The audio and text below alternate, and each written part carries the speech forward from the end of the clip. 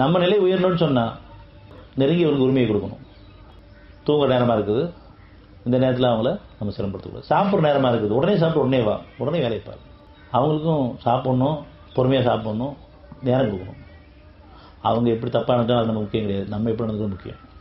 ஆனால் எல்லா வகையிலும் நம்ம நெருக்கடி ஏற்படுத்துகிறோம் மற்றவங்களுக்கு. இது எப்போ நமக்கு புரியும்னு சொன்னால் நமக்கு ஒரு நெருக்கடி ரொம்ப புரியும். இன்னும் நம்ம காரணம் தூங்க கூட அனுப்ப மாட்டோம்.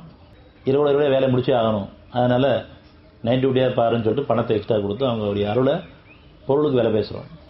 தூக்கத்துக்கு எடுத்து வேலை பாரு. இப்போ எனக்கும் தூக்கமெல்லாம் போகுது, இது நான் உணராமல் இருக்கேன். இந்த வேதம் பிரித்தறிவிக்கப்படுது. நீங்கள் அநியாயம் செய்யாதீர்கள், அந்நியாயம் செய்யப்பட மாட்டீர்கள். நம்ம அநியாயம் பண்ணுறது தான் நம்ம திரும்பி வந்துட்டு இருக்குது. பல பேர் தூக்கத்தை நமக்கு எடுக்கும் பொழுது, பொதுவாக குடும்பத்துலேயும் சரி, மனைவியோ பிள்ளைங்களையோ நம்ம லேட்டாக வந்துக்கிட்டு கஷ்டப்படுத்துகிறோம். அவங்க தூங்கிட்டு இருக்காங்களே, அது உணர்வை மதிக்கணும், நம்ம எழுப்பிடக்கூடாது.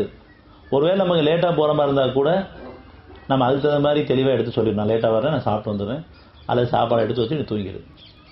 அப்படி நம்ம அவங்களுக்கு உரிமையில் கொடுக்கணும். ஆனால் நம்ம அப்படி இருக்கோமானா கண்டிப்பாக அப்படி இல்லை.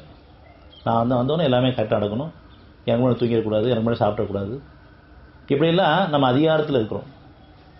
நமக்கு இறைவன் உபகாரம் பண்ண சொல்லலாம், அதிகாரம் பண்ண சொல்லலாம், பணிவு இல்லாமட்ட. எங்கெல்லாம் தவறு பிரித்திருக்கிற அந்த வேதம் நம்ம ஒவ்வொருத்தரும் குடும்பங்கள்லையும் அன்றாட காரியங்கள்லையும் நம்ம எப்படி தவறு பண்ணிட்டு இருக்கோம், எப்படி உணர்ச்சியில் ஆகிட்டு இருக்கோம், எப்படி அதிகாரம் பண்ணிட்டுருக்கிறோம், இதெல்லாம் தான் நமக்கு சோதனை காலமாக தூரமாக போயிட்டுருக்கும். சோதனை காலங்களில் தூரமாக போயிட்டுருக்கும்.